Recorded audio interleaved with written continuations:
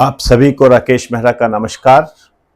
5 बजे वाली क्लास में आज मैं एक नए रूप में आपके सामने कुछ चीज़ों को रिप्रेजेंट करने जा रहा हूं और मैं यहाँ से आपसे एक सलाह मांगना चाहूँगा, आपके विचार मांगना चाहूँगा कि क्या हम इस तरीके से क्वेश्चंस को लेकर उसका पूरा परफॉर्मा तैयार करने की प्रयास करें।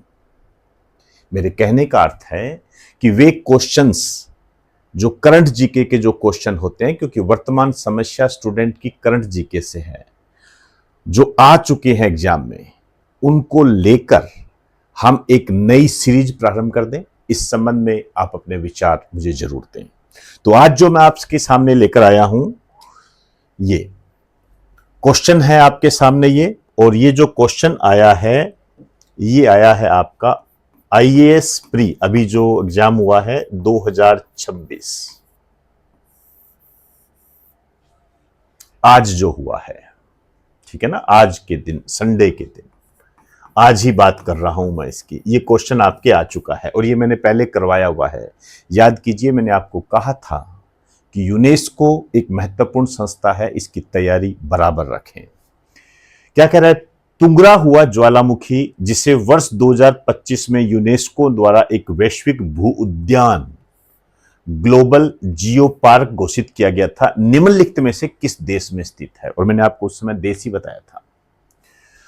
तुंगरा हुआ ज्वालामुखी, अब आपको किस तरीके से ये चीजें ध्यान में रखनी है। जैसे यदि इसके आंसर की बात करूं तो इसका आंसर है इक्वेडोर।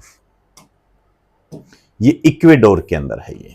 लेकिन इतने से काम नहीं चलेगा, हमें हल्की सी जानकारी तुंगरा हुआ ज्वालामुखी के बारे में होनी चाहिए, हमें यूनेस्को के बारे में जानकारी होनी चाहिए और भारत के संबंध में। यदि मैं तुंगरा हुआ ज्वालामुखी की बात करूं तो यह एक प्रकार का सक्रिय ज्वालामुखी है, एक्टिव वोल्केनो। सक्रिय ज्वालामुखी मतलब लावा, गैस व धूल के कणों का उद्गार इसमें लगातार होता रहता है या बहुत ज्यादा होता रहता है। इस प्रकार का ये ज्वालामुखी है, वोल्केनो है। अब ये बात आती है कहां पर है ये, क्योंकि आपके आगामी जो क्वेश्चन बनेंगे वो इसी तरीके से बनेंगे। कहां पर है? तो ये आ भी चुका है, इक्वेडोर में है। इक्वेडोर। अब इक्वेडोर कहां है?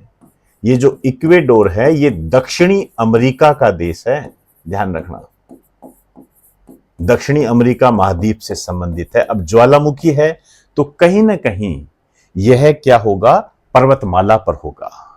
और आप जानते हो कि दक्षिण अमेरिका की जो पर्वतमाला होती है वो एंडीज पर्वतमाला होती है।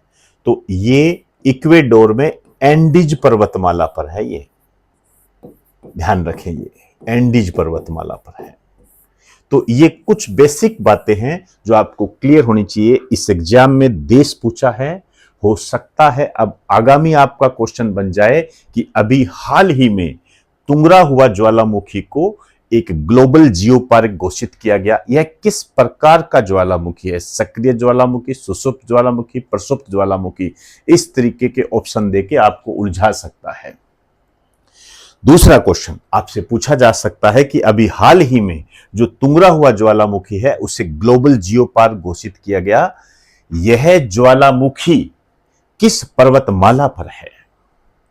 तो यह ज्वालामुखी एंडीज पर्वतमाला पर है। तो आपको ये चीजें ध्यान रखनी है, यह आपके एग्जाम की दृष्टि से मोस्ट इंपोर्टेंट है। अब इसको कैसे वैल्यू एडेड करें? हम इसको वैल्यू एडेड करें तो हमें यूनेस्को के बारे में जानकारी होनी चाहिए। United nation environmental and scientific cultural organization, 16 नवंबर 1945 को इसकी स्थापना हुई थी। लेकिन सबसे ज्यादा क्वेश्चन पूछा जाता है ये हेड ऑफिस के संबंध में। मुझे आज भी याद आ रहा है, इसका हेड ऑफिस पूछा गया था राजस्थान एसआई 2011 के एग्जाम में कि यूनेस्को का हेड ऑफिस कहां है? पेरिस। आप जानते हो फ्रांस की राजधानी है ये। अब आपके स्टैटिक पोर्शन के रूप में यदि मैं पेरिस को जोड़ूं, आप जानते हो कि इसका जो निक नेम है इसे कहा जाता है सिटी ऑफ लाइट या सिटी ऑफ लव, इस रूप में इसको जाना जाता है पेरिस को। और यह जो है सीन नदी के किनारे है। ये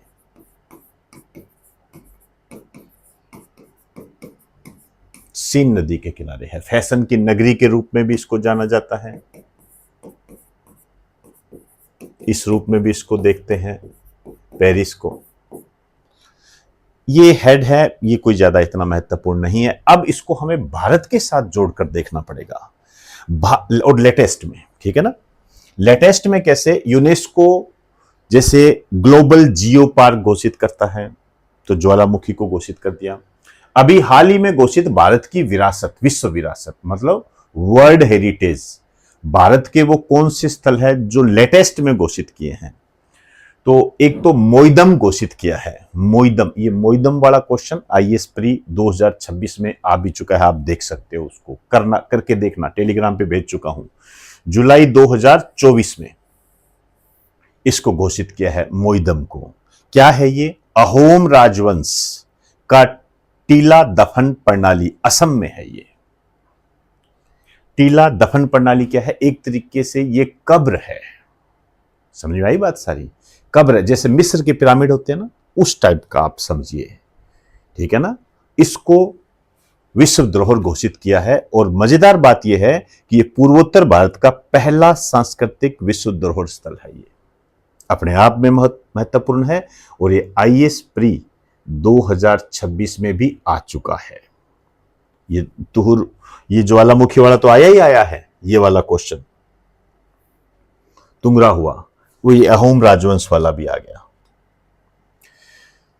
अब मराठा सैन्य परिदृश्य, मराठा मिलिट्री लैंडस्केप्स, इसको भी विश्व धरोहर की सूची में शामिल किया गया। ये महाराष्ट्र और तमिलनाडु के अंदर है। क्या है ये, 12 ऐतिहासिक किलों का समूह है। अब यहां आपको मैं जो बात बताने जा रहा हूं वो बहुत महत्वपूर्ण है। ये 12 ऐतिहासिक किले आप एक नजर में रखें। कौन कौन से हैं, सलहेरी, सिवनेरी, लोहगढ़, रायगढ़,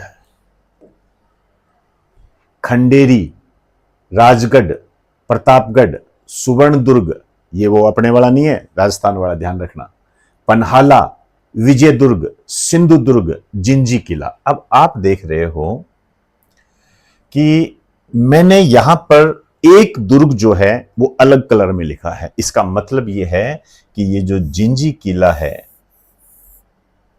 ये आपका तमिलनाडु में है, केवल यही एक तमिलनाडु में है।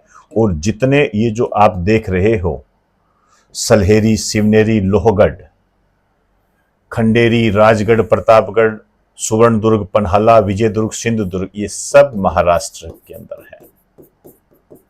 ये सारे महाराष्ट्र के अंदर है। क्लियर होगी बात सारी, ध्यान रखना। इसी तरीके से एक दो बातें भारत के संबंध में लेटेस्ट और बताना चाहूंगा। यूनेस्को के तहत एक चीज और यहां पर कह दूं मैं आपको,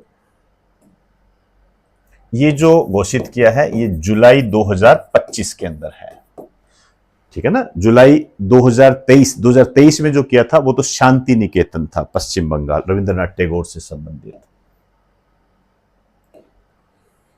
यूनेस्को के तहत भारत के memory of the world, memory of the world में भगवत गीता श्री कृष्ण जी ने लिखी थी। नाट्य शास्त्र के बारे में आप भली भांति जानते हो, फुल डिटेल दे चुका हूं आपको।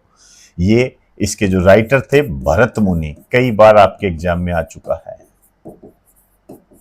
इनको मेमोरी ऑफ द वर्ल्ड में, और ये जो शामिल किए थे ये 2025 के अंदर। इसी तरीके से अमूर्त विरासत में शामिल किया गया था दीपावली को, ये भी 2025 के अंदर शामिल किया गया था। मैंने बताया था और डिटेल में कहा था, और मोस्ट इंपोर्टेंट टॉपिक की श्रेणी में इसको शामिल भी किया था। उसी दिन मैंने आपको बताया था कि यूनेस्को बहुत महत्वपूर्ण है, इस पर नजर रखना। ये 16वीं अमूर्त विरासत है भारत की। याद कीजिए, यदि आप बच्चों को कुछ याद आ रहा हो तो अपनी कुछ बातें मुझे कमेंट बॉक्स के अंदर जरूर बताएं। 16वीं अमूर्त विरासत है। तो दोस्तों, इस तरीके से मैंने करंट को लेकर आपसे बात की है 5 बजे वाली क्लास में।